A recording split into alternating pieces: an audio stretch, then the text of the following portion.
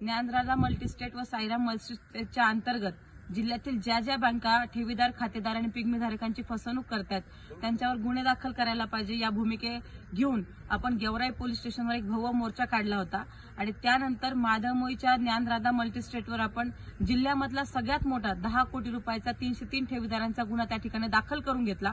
तशाच प्रकारचा गुन्हा साईराम मल्टीस्टेटवर व्हायला पाहिजे या भूमिका आपण घेतली होती आणि त्या संदर्भामध्ये साईराम बँकेची जी तलवाड्याची शाखा होती त्याच्या अंतर्गत येणारे खातेदार, ठेवीदार आणि पिग्मीधारक यांनी दिनांक 6 आणि 7 तारखेला तलवाडा पोलीस स्टेशनमध्ये आपले तक्रार अर्ज त्या ठिकाणी दाखल करायचे।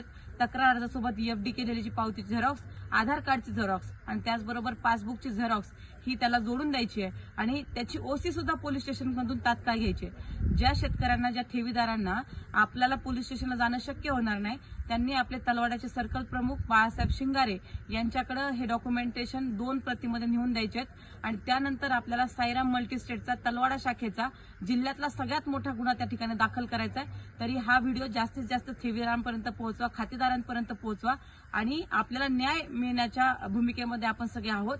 आपण हा विषय ताकदीने लावून धरू आणि ठेवीदारांच्या पाठीशी खंबीरपणे उभा राहू। धन्यवाद।